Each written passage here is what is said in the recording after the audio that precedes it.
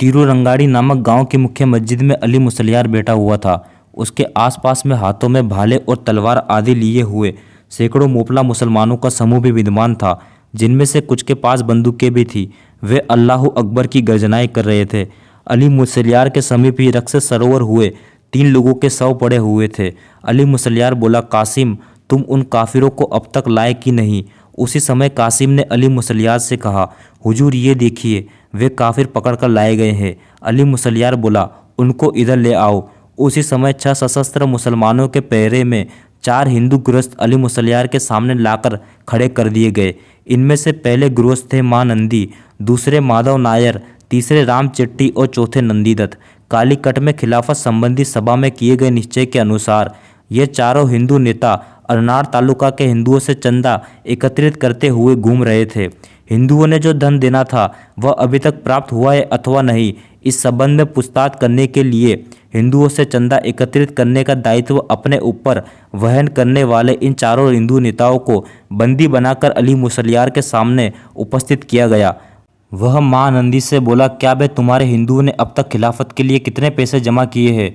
सुनो, मुसलमानों के इस जिहाद में होने वाला सब खर्च तुम हिंदुओं को देना है, समझ गए हो? थर-थर कांपते हुए मां नंदी चुपचाप खड़ा रहा। अब बारी आई माधव नायर की। माधव नायर साहस संजोकर बोला, स्वराज्य तथा हिंदू मुसलमानों की एकता के लिए आप सबने अनेक बार प्रतिज्ञाएं ग्रहण की है।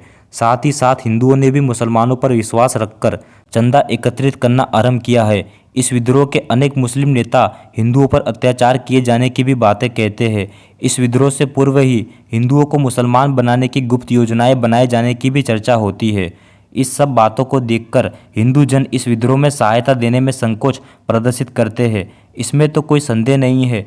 फिर भी हमने 10,000 रुपया खिलाफत के कार्य के लिए दिया है और भी अधिक धन संग्रह का कार्य जारी है, परंतु हिंदू मुसलमानों की एकता बस कर काफिर। अली मुसलियार ने कहा, इन हिंदुओं का किंतु और परंतु आमरण तो समाप्ति नहीं होगा। यह व्याख्यान देने और सुनने वालों की सभा नहीं है, यहाँ तो मरने और मारने का बाजार खुला है। उसने सभा में उपस्थित सभी लोगों पर एक दृष्टिपात किया और सभा में यह आवाज़ गूंज उठी, देखो, सभी मुसलमान बनो। एक ही शब्द में इस विद्रोह का स्वरूप स्पष्ट हो जाएगा। ये हिंदू लोग स्वराज्य और एकता की बातें कहते हैं। मैं समस्त संसार को यह बता देना चाहता हूँ कि स्वराज्य का अर्थ है खिलाफत राज्य और हिंदू मुसलमान की एकता का तात्पर्य है सभी हिंदुओं का मुसलमान हो जाना। अली मुसलियार पुनः बोला, ए महानंदी, बोल, तू एकता के लिए मुसलमान होता है अथवा नहीं? थरथर कांपते हुए महानंदी ने कहा, सभी धर्म एक समान है। मुख्य धर्म है अहिंसा। रक्त से सनी तलवार को झटका देते हुए अली मुसलियार ने कहा, यह धरी अहिंसा। व्याख्यान बंद करो, बोलो, मुसलमान होते हो अथवा नहीं? महानंदी बोला, होता हो, मुझे मारिएगा नहीं, मैं मुसलमान हो जाऊंगा। मुसलमान नहीं बनूंगा ऐसा कहने से तुम्हारे मन को कष्ट होगा और ऐसा कहना अहिंसा तत्व के सर्वथा विरुद्ध है, अतः मैं मुसलमान हो जाता हूँ। हाँ चल, तू माधव नायर होता है कि नहीं मुसलमान? अपनी संपूर्ण शक्ति को एकत्रित कर साहस बांधते हुए माधव नायर ने कहा, जा, मैं मुसलमान बनने को तैयार नहीं हूँ। मारो मारो मारो, एकदम कोलाहल गूंज उठा। जिस किसी भी मोपला मुसलमान ने देखा वही काफिर को सर्वप्रथम मारने का पुण्य प्राप्त करने की इच्छा से प्रभावित होकर तलवार लेकर माधव नायर पर टूट पड़ा। माधव नायर के शरीर पर लगभग 20 से 25 तलवारों के प्रहार हुए। उसके शरीर की बोटी बोटी बिखर गई, रक्त के फव्वारे छूट पड़े और हथियारों के शरीर भी रक्त से भर गए। अली मुसलियार बोल उठा, हे अल्लाह, तूने जो विजय हमें प्रदान की है उसके प्रति आभार व्यक्त करने के लिए काफिर के रथ का यह पहला बलिदान तुझे समर्पित है। पहला नहीं कहते हुए लगभग 10 मोपला मुसलमान की एक टोली जो यहाँ आई थी बोल उठी, हम मलापुर के निवासी हैं। हमने अपने गांव के सभी हिंदुओं को धर्मांतरित कर लिया है और जो मुसलमान नहीं बने उनकी हमने हत्याएं करके उन्हें ठिकाने लगा दिया है। तुम्हारे द्वारा विद्रोह का आह्वान किए जाने से भी पहले हमने गुप्त रूप से इस संबंध में योजना बना ली थी। सभा में गर्जना हुई, अल्लाहू अकबर, मलापुर का गांव मुसलमान हो चुका है।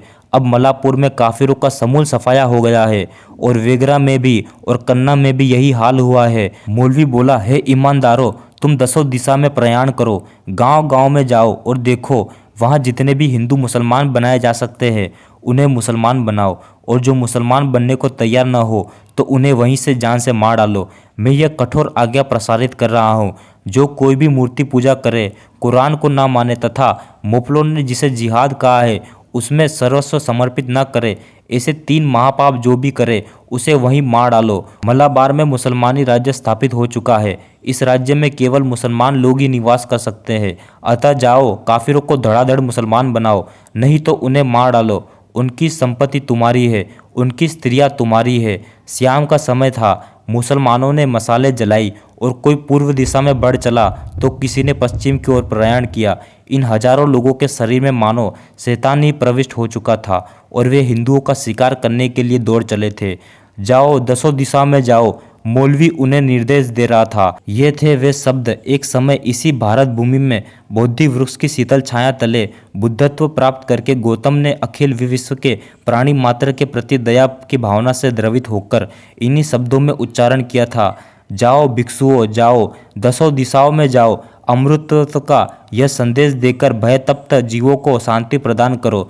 उनके यही शब्द आज मौलवी बोल रहा था, परंतु वे भिक्षुक किस लक्ष्य को लेकर चले थे और ये ईमानदार किस लक्ष्य को लेकर चल पड़े थे।